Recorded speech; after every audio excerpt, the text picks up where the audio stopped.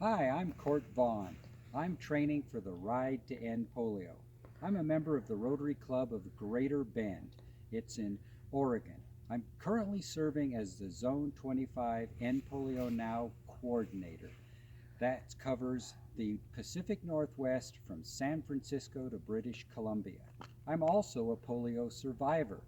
Polio paralyzed my right leg in 1954 when I was only 2 years old.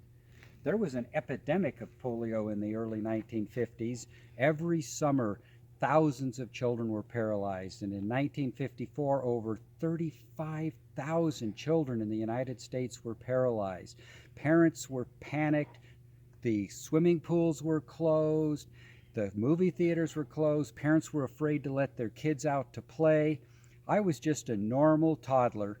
And then one morning, I woke up and I couldn't walk. My parents rushed me off to the hospital, and my parents' worst fears were realized. I had polio.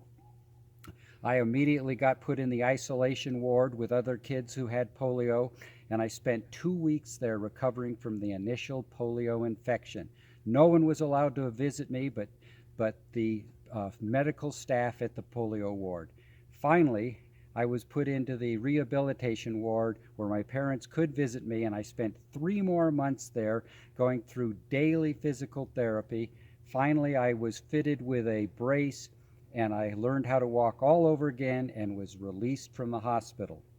Soon after that, I was recruited by the Mother's March of Dimes, and I became the Riverside County, California poster child for the Mother's March of Dimes, and I was raising funds to help develop the first polio vaccine.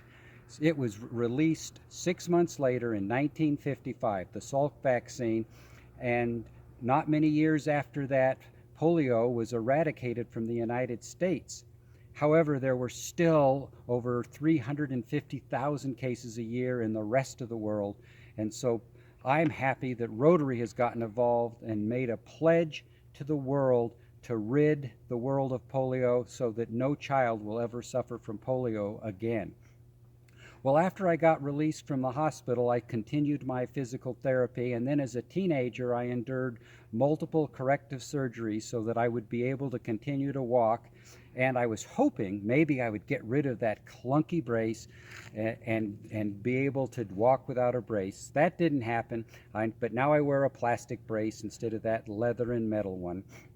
I feel fortunate because I grew up in a family that had good medical insurance, and in a country that has good medical care. Children in other parts of the world aren't so lucky, and so that's why I'm passionate about wiping out polio. And I'm going to be helping in November on the 18th in Tucson, Arizona, participating in the Ride to End Polio. I plan to ride a metric century, that's 62 miles, and I'd like to invite you to join me in Tucson and help support the Ride to End Polio. Now, if you can't make it to Tucson, you can also ride at home. Just go to ridetoendpolio.org and learn all about it. If you're not able to ride in Tucson or at home, you can still support one of the riders. We'd love to have you out there. Please join us and please help. Let's wipe out polio. We're this close. Thank you.